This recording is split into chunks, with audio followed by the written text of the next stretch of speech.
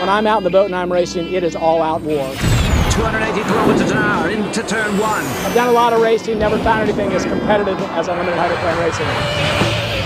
This is an extremely dangerous sport.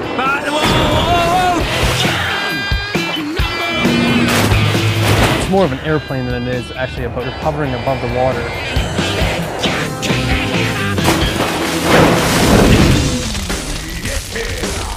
I've been lucky enough to win more races than anybody in the whole history of the sport. My name's Jimmy Shane. I thought it was in one when I went down there. Currently, I am the youngest driver. I'm 26 years old. What the fuck you hit me for? Shit, what do you want me to do? I gotta get this thing healed up. I gotta be able to run. It looks like we're gonna be taking somebody's big block Chevy out of their truck and sticking in it.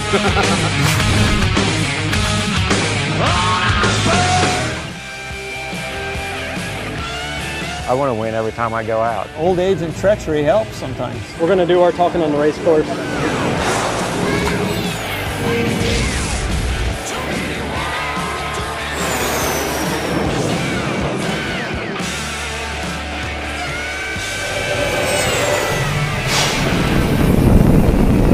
Torched a motor, it's $150,000. You lose a propeller, it's another $15,000. Gearbox issues, you're looking at $65,000. Stuff starts to add up really quick. There's no shortage of folks with money in this sport. If you have more money, you're going to go faster. That's how it works. You could consider it the working man against the capitalist. It's dog eat dog out there. The competition level on H1s, it's cutthroat.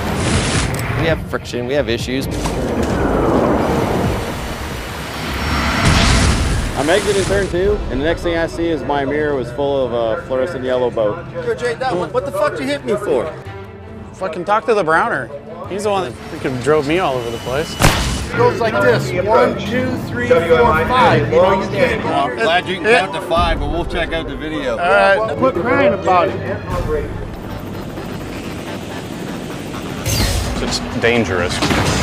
We're going 200 miles an hour in a 7,000-pound moisture missile. Things can happen, they do happen. We had a steering prop where the steering cable spun on the drum, caused him to hook the boat violently. It caught air, middle of the spin, and then came down hard on the right front. And he slammed his leg against the side of the cockpit and broke the lower part of his foot. So I put Jeff Bernard in the boat. I see Kip being nervous. If I go out and win today with another driver, as an owner, it's going to be really hard for me to put Kip back in the boat. I mean, he could be out.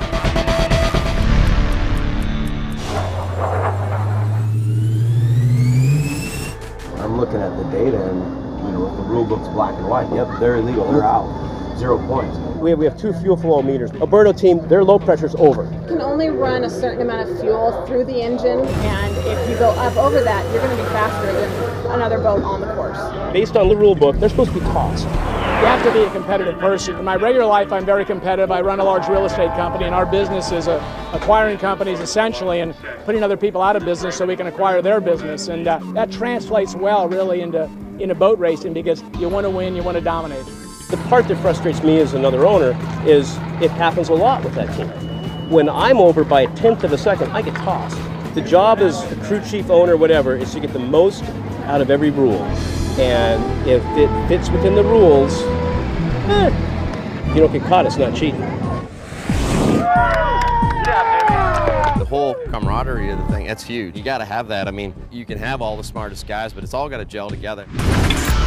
The race teams are about 6-7 minutes away from our national anthem. We got about 15 minutes to get that swapped out and hit the water, otherwise we're not going to be able to make this race. Please move. You want me to do it? I'll do it. I got this. It's just I can't have people's hands in my way to get this done. Oh yeah, we got a pretty big issue going here. We got an engine in the boat that won't control fuel. We're getting ready to pull this one out. We've got another one over here by the truck that ran earlier. It had issues. We've got 2 more for parts, and out of all 4, we can kind of build one.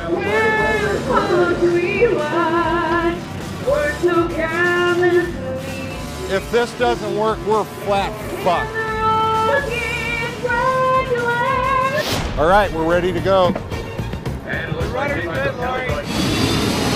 Right on, you guys. Great job. It's much like giving your wife a baseball bat and letting her work you over while you're trying to lift 100-pound concrete bags. 6,700 pounds with 3,500 horsepower going 200 miles an hour, and then you get to turn it.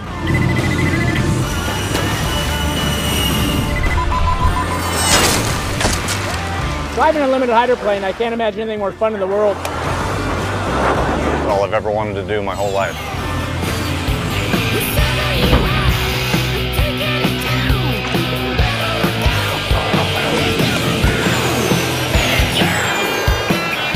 Whoa! The cowling left!